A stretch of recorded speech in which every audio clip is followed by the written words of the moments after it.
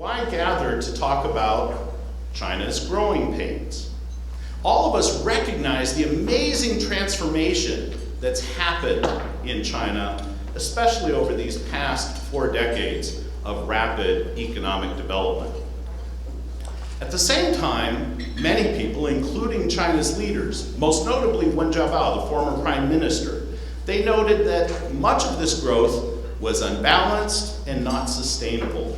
They worried about it, and they highlighted, of course, some of the problems: the pollution, the social dislocation, the heavy debt load borne by state-owned enterprises and by local governments, this kind of thing.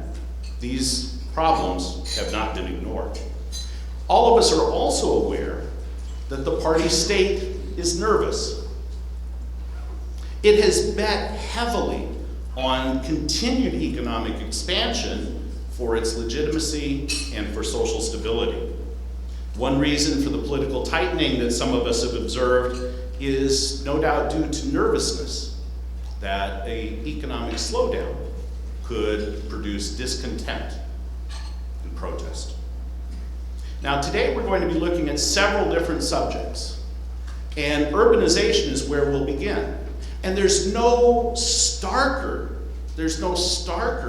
manifestation of China's development than the amazing skylines of China's most famous cities and its not so famous cities, and its remarkable expansion of second, third, and fourth tier cities.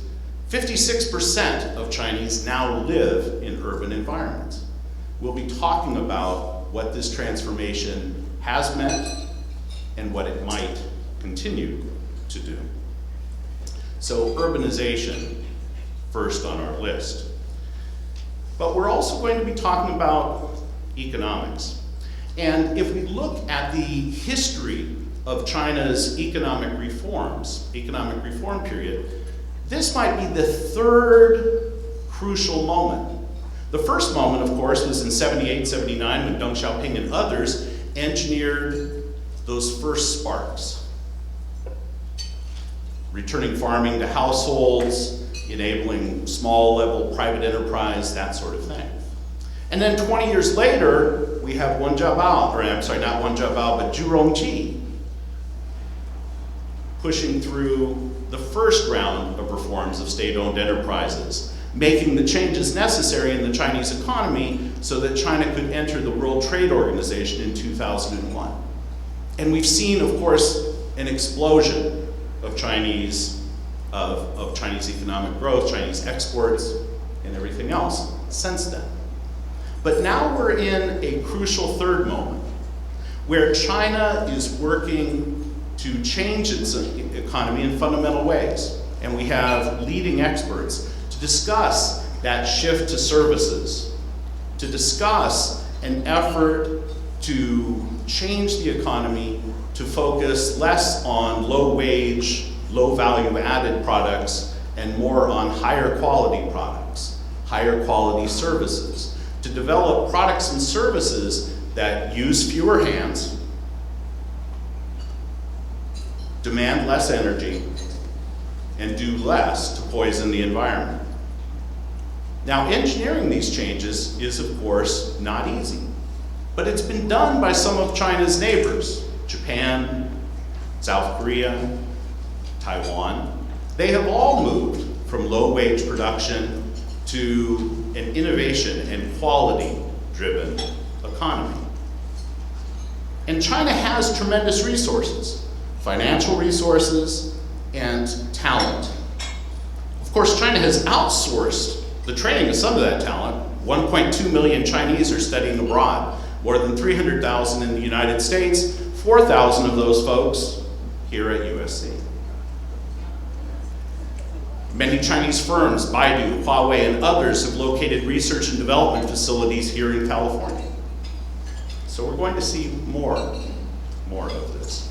But reform isn't easy, and we have experts here today who will talk about the entrenched interests, who put local priorities, local preferences, ahead perhaps of national ones. At the same time, many fret that there is a narrowing space for discussion. and constrained access to diverse views in Chinese traditional media, online, and on campuses.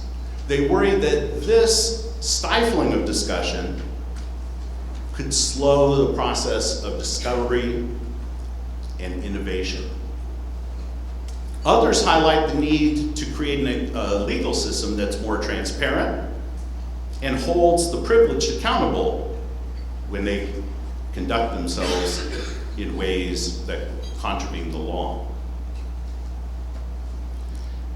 These are some of the things that we'll be talking about today. But we're also going to be talking about U.S.-China relations.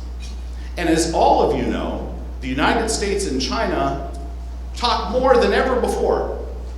We talk at more levels, and we talk about a greater variety of questions. And we do this, of course, because we're so interconnected.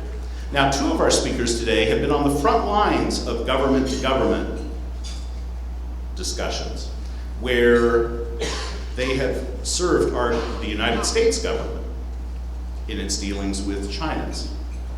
They're going to highlight the many areas of cooperation that exist between our two countries.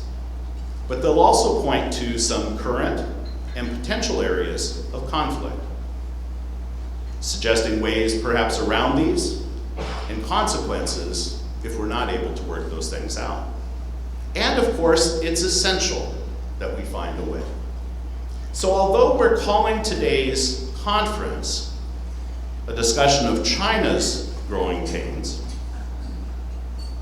our interconnectedness means that these pains are all of ours. China's air is our air. 25% of the particulate matter in the air of Los Angeles comes from China. Product safety, an issue in China, is an issue here. We all have to be concerned about climate change. We all have to be concerned about security issues and other things. And if we are mired in trade disputes, military buildup, that eats into the resources and the energy we have to address these pressing problems at home and together. So these are big issues. And although we're calling today's conference China's Growing Pains, we're in this very much together.